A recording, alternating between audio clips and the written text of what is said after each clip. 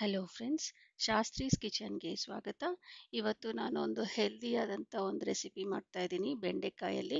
ಇದು ತುಂಬಾ ಟೇಸ್ಟಿ ಇರುತ್ತೆ, ಮೈಲ್ಡ್ ಫ್ಲೇವರ್ಸ್ ಜೊತೆ ತುಂಬ ಸಿಂಪಲ್ಲಾಗಿ ಮಾಡ್ಕೊಳ್ಳೋವಂಥ ರೆಸಿಪಿ. ಇದು ಅನ್ನದ ಜೊತೆ ಮತ್ತು ಚಪಾತಿ ಜೊತೆನೂ ತುಂಬ ಚೆನ್ನಾಗಿರುತ್ತೆ.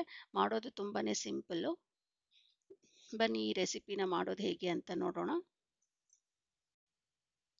ಇದು ಮಾಡೋದಕ್ಕೆ ನಾನು ಅರ್ಧ ಕೆ ಜಿಯಷ್ಟು ಬೆಂಡೆಕಾಯಿ ತೊಗೊಂಡಿದ್ದೀನಿ. ಈ ಬೆಂಡೆಕಾಯಿನ ಚೆನ್ನಾಗಿ ಒಂದು 2 ರಿಂದ 3 ಸಲ ಚೆನ್ನಾಗಿ ತೊಳೆದ್ಬಿಟ್ಟು ಇದನ್ನು ಒಂಚೂರು ನೀರು ಇಲ್ದಿರ ನೀಟಾಗಿ ಒರೆಸಿಟ್ಕೋಬೇಕು.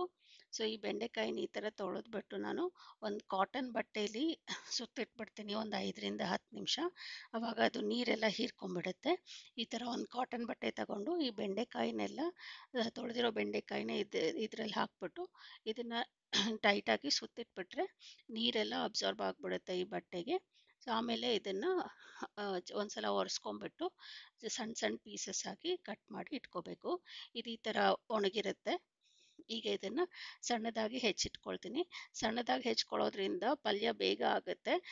ಇದು ಬೇಗನೂ ಫ್ರೈ ಆಗೋದಕ್ಕೆ ಈಸಿ ಆಗುತ್ತೆ. ಸೊ ಅದಕ್ಕೆ ಈ ಥರ ನಾನು ಸಣ್ಣದಾಗಿ ಹೆಚ್ಚಿಟ್ಕೊಂಡಿದ್ದೀನಿ ಈ ಬೆಂಡೆಕಾಯಿನ.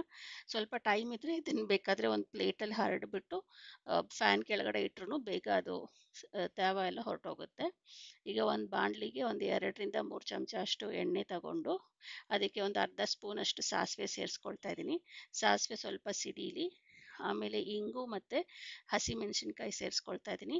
ಹಸಿಮೆಣಸಿನ್ಕಾಯಿ ಸ್ವಲ್ಪ ಫ್ಲೇವರ್ಗೆ ಅಷ್ಟೇ, ಖಾರಕ್ಕೆ ಬೇರೆ ಒಂದು ಪುಡಿ ಮಾಡ್ಕೊಳ್ಳೋಣ. ಈಗ ಸಣ್ಣದಾಗಿ ಹೆಚ್ಚಿಟ್ಕೊಂಡಿರುವಂಥ ಈ ಬೆಂಡೆಕಾಯಿನ ಇದಕ್ಕೆ ಸೇರಿಸ್ಕೊಂಡು ಎಣ್ಣೆಯಲ್ಲಿ ಚೆನ್ನಾಗಿ ಫ್ರೈ ಮಾಡ್ಕೋಬೇಕು. ಇಲ್ಲಾಂದರೆ ಬೆಂಡೆಕಾಯಿ ಲೋಳು ಬಿಟ್ಕೊಂಡ್ಬಿಡುತ್ತೆ, ತುಂಬ ಸ್ಟಿಕ್ಕಿ ಆಗಿಬಿಡುತ್ತೆ ಪಲ್ಯ, ಅದು ಚೆನ್ನಾಗಿರಲ್ಲ. ಸೊ ಉಪ್ಪು ಲಾಸ್ಟಲ್ಲಿ ಸೇರಿಸ್ಕೋಬೇಕು.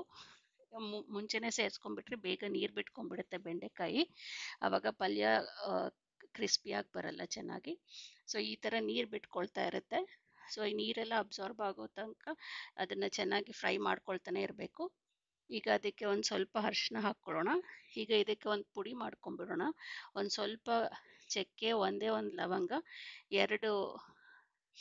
ಒಂದು ಯಾಲಕ್ಕಿ, 2 ಲವಂಗ ಮತ್ತು ಸ್ವಲ್ಪ ಕಲ್ಲು ಹೂವು ತಗೊಂಡು ಇದನ್ನು ಚೆನ್ನಾಗಿ ಫ್ರೈ ಮಾಡ್ಕೊಳ್ಳೋಣ.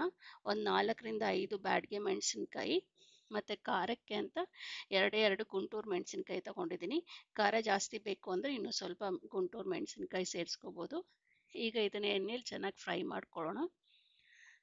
ಅದೆಲ್ಲ ತೆಗೆದು ಒಂದು ಪ್ಲೇಟ್ಗೆ ಇಟ್ಕೊಂಡ್ಬಿಟ್ಟು ಅದೇ ಬಾಣಲಿಗೆನೆ 1 ಸ್ಪೂನಷ್ಟು ಉದ್ದಿನಬೇಳೆ, 1 ಸ್ಪೂನ್ ಕಡಲೆಬೇಳೆ ಮತ್ತು 1 ಸ್ಪೂನಷ್ಟು ಧನಿಯಾ ಸೇರಿಸ್ಕೊಂಡು ಇದನ್ನು ಸ್ವಲ್ಪ ಚೆನ್ನಾಗಿ ಕಲರ್ ಚೇಂಜ್ ಆಗೋ ತನಕ ಚೆನ್ನಾಗಿ ಹುರ್ಕೋಬೇಕು.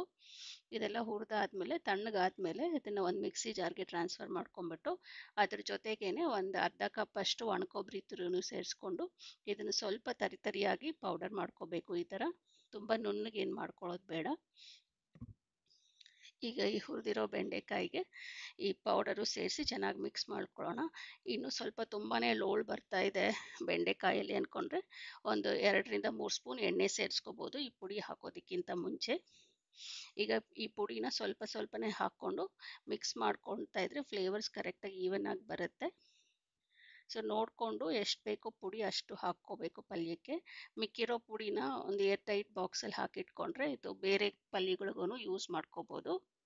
ಈಗ ನಾನು ಮಾಡಿರೋ ಪೂರ್ತಿ ಪುಡಿನೂ ಈ ಪಲ್ಯ ಕರೆಕ್ಟಾಗಿ ಸರಿ ಹೋಯಿತು. ಸೊ ಇದನ್ನು ಚೆನ್ನಾಗಿ ಮಿಕ್ಸ್ ಮಾಡ್ಕೊಳ್ಳೋಣ. ಇದು ಸ್ವಲ್ಪ ಹಸಿ ವಾಸನೆ ಎಲ್ಲ ಹೋಗೋ ತನಕ ಇದನ್ನು ಒಂದು 2 ರಿಂದ 3 ನಿಮಿಷ ಚೆನ್ನಾಗಿ ಇದನ್ನು ಮಿಕ್ಸ್ ಮಾಡ್ಕೊಳ್ತಾ ಇರಬೇಕು. ಈಗ ಲಾಸ್ಟಲ್ಲಿ ಸಣ್ಣದಾಗಿ ಹೆಚ್ಚಿರುವಂಥ ಕೊತ್ತಂಬರಿ ಸೊಪ್ಪು ಸೇರಿಸ್ಕೊಂಡು ಒಂದ್ಸಲ ಮಿಕ್ಸ್ ಮಾಡಿಟ್ಕೊಂಡ್ರೆ ಬೆಂಡೆಕಾಯಿ ಪಲ್ಯ ರೆಡಿಯಾಗಿದೆ. ನಿಮ್ಗೆ ಇನ್ನೂ ಸ್ವಲ್ಪ ಏನಾದರೂ ಹುಳಿ ಬೇಕು ಅಂದರೆ ಒಂದು ಸ್ವಲ್ಪ ನಿಂಬೆ ಹುಳಿನೂ ಹಿಂಡ್ಕೋಬೇಕು ಲಾಸ್ಟಲ್ಲಿ ಬೇಕಾದರೆ. ಸೊ ಈಗ ಟೇಸ್ಟಿ ಆ್ಯಂಡ್ ಹೆಲ್ದಿ ಬೆಂಡೆಕಾಯಿ ಸ್ಟಿರ್ ಫ್ರೈ ಪಲ್ಯ ರೆಡಿಯಾಗಿದೆ. ತುಂಬ ಟೇಸ್ಟಿ ಇರುತ್ತೆ ಇದು. ಅನ್ನಕ್ಕೆ ಕಲಿಸ್ಕೊಂಡ್ರೆ ಬಾತ್ ಥರನೂ ಆಗುತ್ತೆ, ಇಲ್ಲ ಚಪಾತಿ ಜೊತೆನೂ ತಗೋಬೋದು. ಇದನ್ನು ನೀವು ಈ ಥರ ಒಂದ್ಸಲ ಟ್ರೈ ಮಾಡಿ. ನೀವು ಈ ಥರ ಒಂದ್ಸಲ ಟ್ರೈ ಮಾಡಿ ಟೇಸ್ಟ್ ಹೇಗೆ ಬಂತು ಅಂತ ನನಗೆ ಬರೀರಿ. ನಿಮ್ಮ ಸಜೆಷನ್ಸ್ ಆ್ಯಂಡ್ ಕಮೆಂಟ್ಸ್ ನನಗೆ ಬರೀರಿ. Thank you for watching. Please subscribe to the channel. Thank you.